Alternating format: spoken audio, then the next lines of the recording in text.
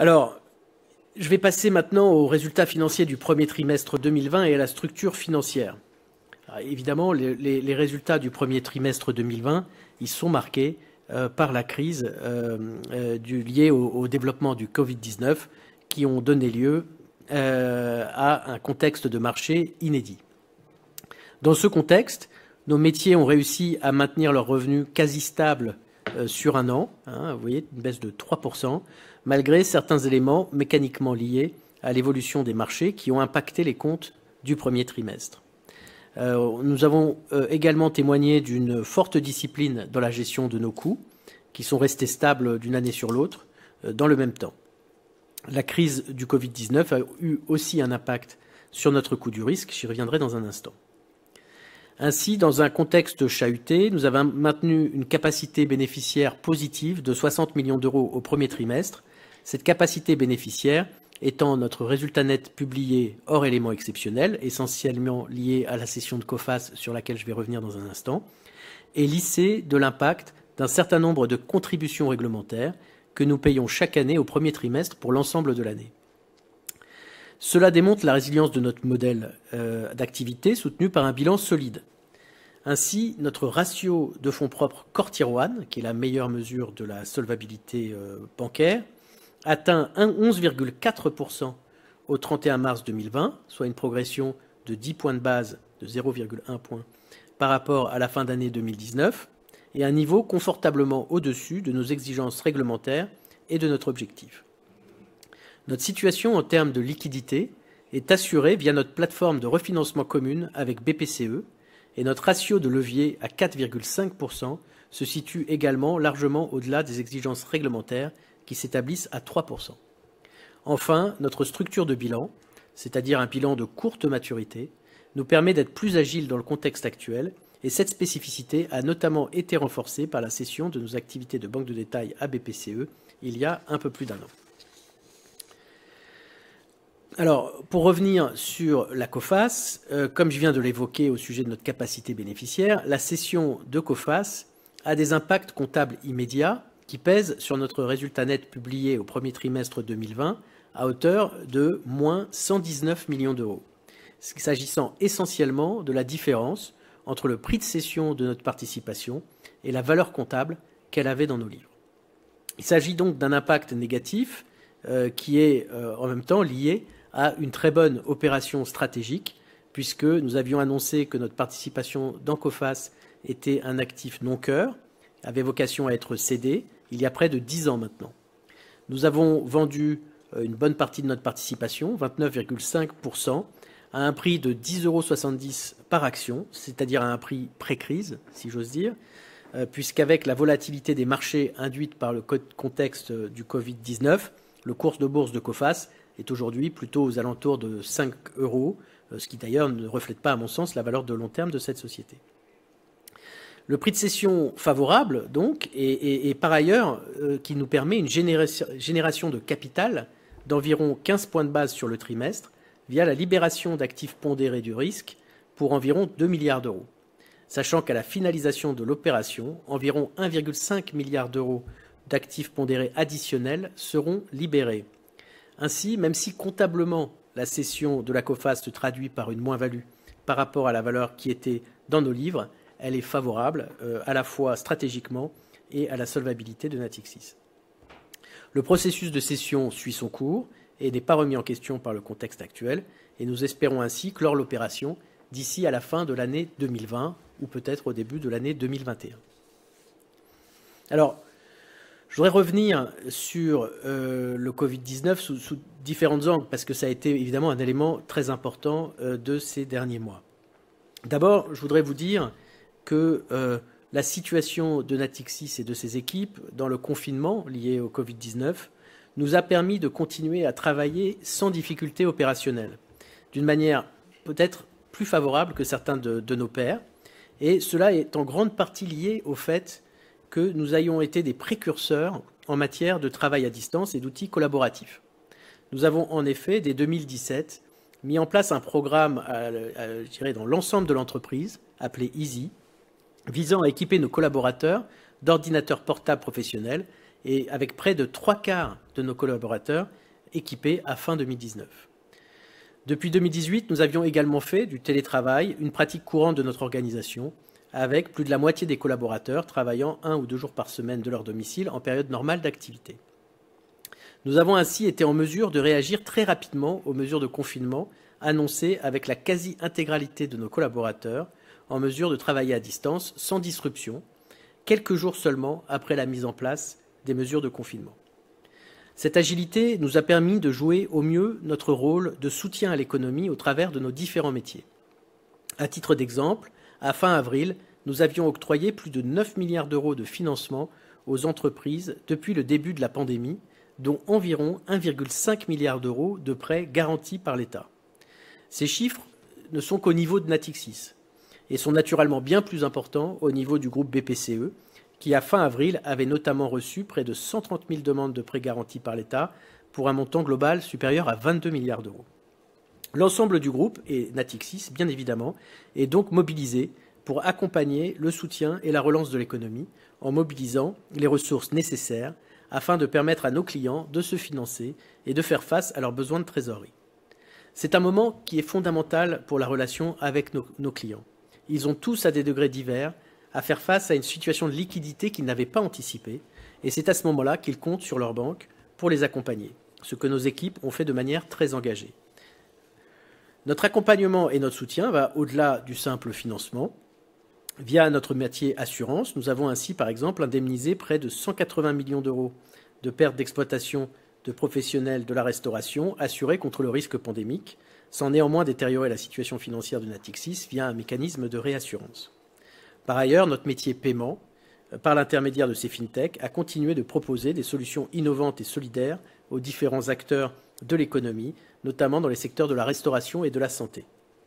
Enfin, les collaborateurs de nos métiers de gestion d'actifs et de banque de grande clientèle ont continué de proposer des solutions de couverture et d'investissement répondant aux besoins spécifiques de nos clients afin de les aider à traverser au mieux cette crise. Ça a donc été une période intense pour les équipes de Natixis. Dans notre premier trimestre 2020, je vous l'indiquais, c'est un trimestre qui est marqué par les effets de la crise du Covid-19, qui a eu des impacts forts et immédiats sur nos comptes au premier trimestre. La plupart de ces impacts sont mécaniquement liés à l'évolution des marchés financiers, sont donc en partie réversibles, compte tenu des normes IFRS qui nous demandent de mettre à une valeur de marché nos actifs et nos passifs, ce qui, dans une période de dislocation des marchés, a un impact très visible. Sans rentrer sans trop de détails, 2 postes du compte de résultat ont principalement été affectés: le produit net bancaire et le coût du risque. Sur le produit net bancaire, nous avons quantifié l'impact du contexte Covid-19 à environ 290 millions d'euros ce trimestre, ce qui est évidemment un très gros montant, dont 160 millions d'euros mécaniquement liés à l'évolution du marché et des marchés et donc réversibles. 130 millions, en revanche, seront vraisemblablement difficiles à recouvrer, s'agissant d'effets de marquage sur un certain nombre de produits financiers dont la valeur a été réduite du fait des annulations ou des baisses de dividendes annoncées par la plupart des grandes entreprises.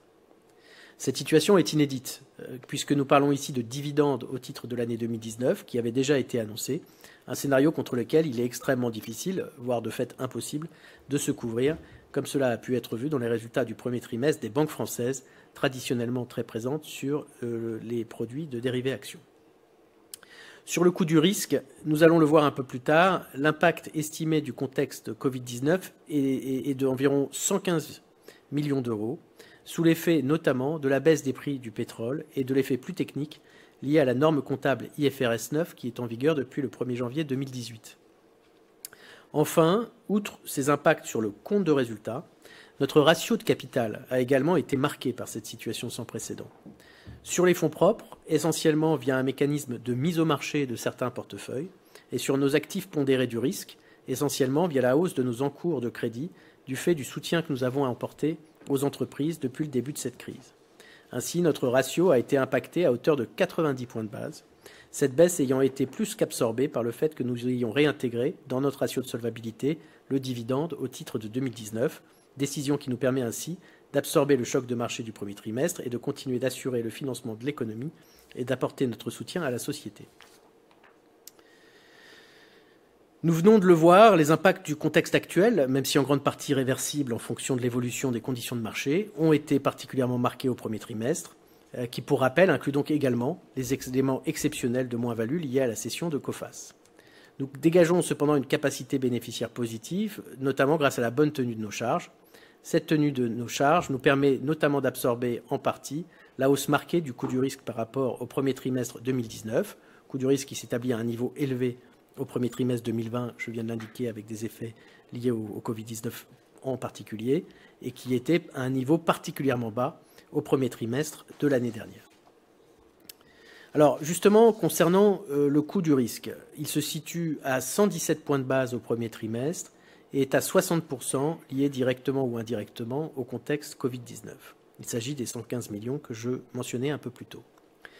Le contexte Covid-19 a essentiellement joué sur notre coût du risque au travers de deux facteurs que je viens d'évoquer.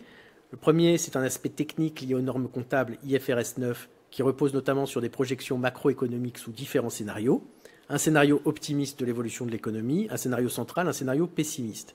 Ces scénarios étant ensuite pondérés les uns par rapport aux autres. Afin de refléter la détérioration du contexte actuel, nous avons décidé de pondérer notre scénario pessimiste à 100%, ce qui nous a amené à reconnaître une charge additionnelle en coût du risque au premier trimestre. Le deuxième facteur est plus indirect et lié à certaines fraudes qui ont été révélées, notamment dans le secteur de l'énergie, du fait de la forte baisse du prix du pétrole, sous l'effet d'un choc sur l'offre lié aux tensions entre la Russie et l'Arabie saoudite, mais également d'un choc sur la demande lié au ralentissement économique provoqué par le contexte Covid-19, notamment les mesures de confinement annoncées dans de nombreux pays, contexte qui a été marqué en Asie au premier trimestre avant de se généraliser à l'Europe et aux États-Unis à la fin du premier trimestre. Nous avons par ailleurs conduit une analyse de sensibilité de notre coût du risque à un certain nombre de facteurs macroéconomiques, nous amenant à conclure que, sous des hypothèses sévères, le coût du risque du premier trimestre pourrait être assez représentatif de la tendance qui pourrait se dégager sur l'année, en prenant notamment pour hypothèse une contraction du PIB français de l'ordre de 9% cette année et des décotes significatives sur les prix des actifs réels, notamment de l'immobilier et des avions. Il est à noter que notre modèle est unique avec un positionnement extrêmement ciblé. Ainsi, en dehors de France, où nous contribuons au financement de l'économie en général, nos expositions sont avant tout focalisées sur nos secteurs d'expertise, ce qui veut dire que regarder des indicateurs comme le PIB ou le chômage américain ou allemand ne sont pas totalement représentatifs de tout ce que nous faisons. Je profite d'ailleurs de cette occasion pour répondre à certaines questions de membres du comité consultatif des actionnaires de Natixis sur nos expositions, notamment au secteur de l'énergie et de l'aviation, qui sont deux de nos secteurs d'expertise et qui sont particulièrement touchés par cette crise. Sur le secteur pétrolier, notre exposition nette est de l'ordre de 10 milliards d'euros, dont 60% d'une qualité de crédit très élevée, investment grade. Mais il convient cependant de distinguer les différents types d'expositions que nous avons, car toutes ne sont pas sensibles au prix du pétrole. La majorité de nos expositions au secteur pétrolier, plus de 75%, sont peu ou pas sensibles aux variations du prix du pétrole, s'agissant essentiellement d'expositions à très court terme sur des acteurs qui sont eux-mêmes couverts face aux variations de ces prix. Nous n'avons qu'une partie limitée de notre portefeuille qui est directement exposée aux variations de cours.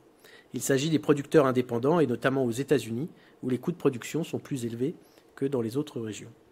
Cette partie de notre portefeuille ne représente que 10% de notre exposition au secteur pétrolier, c'est-à-dire à peu près 1,1 milliard d'euros. Nous avons par ailleurs annoncé lundi notre sortie de ce secteur dans le cadre de notre engagement dans la transition énergétique. Cette décision est directement liée à la mise en œuvre du Green Weighting Factor, sur lequel je reviendrai tout à l'heure. Concernant le secteur de l'aviation, notre exposition est plus limitée à 4,5 milliards d'euros, encore une fois majoritairement investment grade, et à 80% sécurisée par des actifs réels, c'est-à-dire des avions. Notre exposition est très diversifiée en termes d'acteurs et de géographie, puisque nous sommes exposés sur près de 30 pays, dont aucun ne représente à lui seul plus de 20% des expositions. Les différentes mesures de soutien gouvernemental seront un facteur fondamental dans l'évolution de ce secteur. Sur le capital, je le mentionnais un peu plus tôt, notre ratio s'établit à 11,4%, ce qui est 310 points de base, c'est-à-dire 3,1%, au-dessus de nos exigences réglementaires qui se situent aujourd'hui à 8,3% et 120 points de base au-dessus de notre objectif qui s'établit, lui, à 10,2%.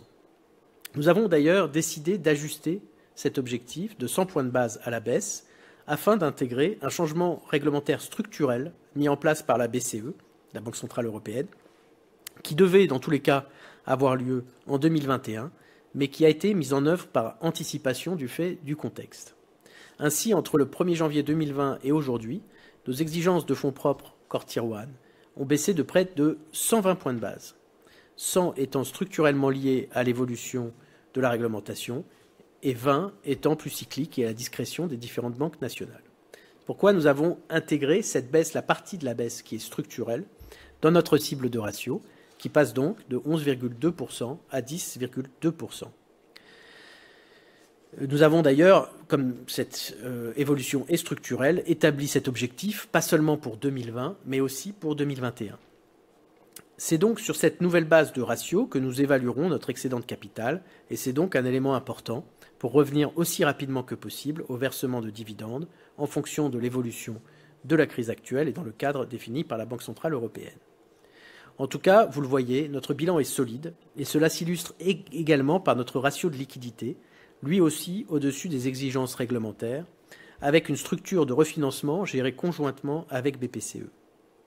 La situation actuelle est ainsi bien différente d'une crise comme celle que nous avons vécue en 2009, qui trouvait sa source dans le secteur bancaire, alors qu'aujourd'hui, les banques font partie de la solution et disposent de bilans bien plus solides qu'à l'époque, avec des niveaux de fonds propres qui ont doublé, voire triplé, sous l'effet de la réglementation notamment. Concernant le dividende, comme vous le savez, comme j'ai déjà eu l'occasion de le dire tout à l'heure, dans le contexte actuel, la Banque centrale européenne a formulé à l'ensemble des banques européennes certaines recommandations liées au paiement des dividendes et notamment sur le fait de ne pas en verser jusqu'au 1er octobre 2020. Nous avons pris la décision de suivre ces recommandations et donc de ne pas proposer à cette Assemblée générale d'approuver la distribution d'un dividende par action de 31 centimes au titre de l'exercice 2019, comme initialement prévu. Il sera donc proposé d'affecter la totalité du bénéfice distribuable de l'exercice 2019 au poste report à nouveau. Ces recommandations reposent sur deux préoccupations qui sont réelles. D'une part, le besoin que les banques soutiennent l'économie au moment où les entreprises en ont le plus besoin. De fait, compte tenu des différents ratios, en particulier le ratio de levier, si nous avions versé notre dividende comme prévu, nous aurions été beaucoup plus contraints sur notre capacité à apporter de la liquidité à nos clients quand ils nous ont fortement sollicités au début de cette crise. Cela nous a donc permis de jouer à fond notre rôle de financeur de l'économie, ce qui est satisfaisant évidemment à la fois d'un point de vue sociétal, mais aussi du point de vue commercial, car nos clients nous en savent et nous en sauront gré. La seconde préoccupation est la prudence. Face à une crise inédite dont on peine à encore avoir toutes les conséquences, la BCE a souhaité que les banques gardent leurs fonds propres pour assurer qu'elles tiendront le choc en toute hypothèse. La question de la capacité à verser un dividende après le 1er octobre dépendra donc à la fois des besoins de l'économie à cette date, mais surtout de la visibilité que l'on pourra avoir sur la magnitude de cette crise et de ses impacts. Comme indiqué, le conseil d'administration réévaluera donc la situation concernant le dividende après le 1er octobre en fonction de la situation qui prévaudra à ce moment. La crise que nous traversons est très importante et notre premier rôle dans ce contexte est avant tout de nous assurer que le financement de l'économie est assuré et j'espère qu'en votre qualité d'actionnaire, vous comprenez cela et la décision qui a été prise de faire une exception temporaire à notre politique habituelle en matière de distribution. Ce sont les impératifs du moment, mais ce n'est en aucune manière un changement d'approche et vous pouvez être assuré de notre intention de revenir aussi vite que possible à une politique de dividendes dynamique, ce qui a été au cœur de notre modèle sur toutes ces dernières années.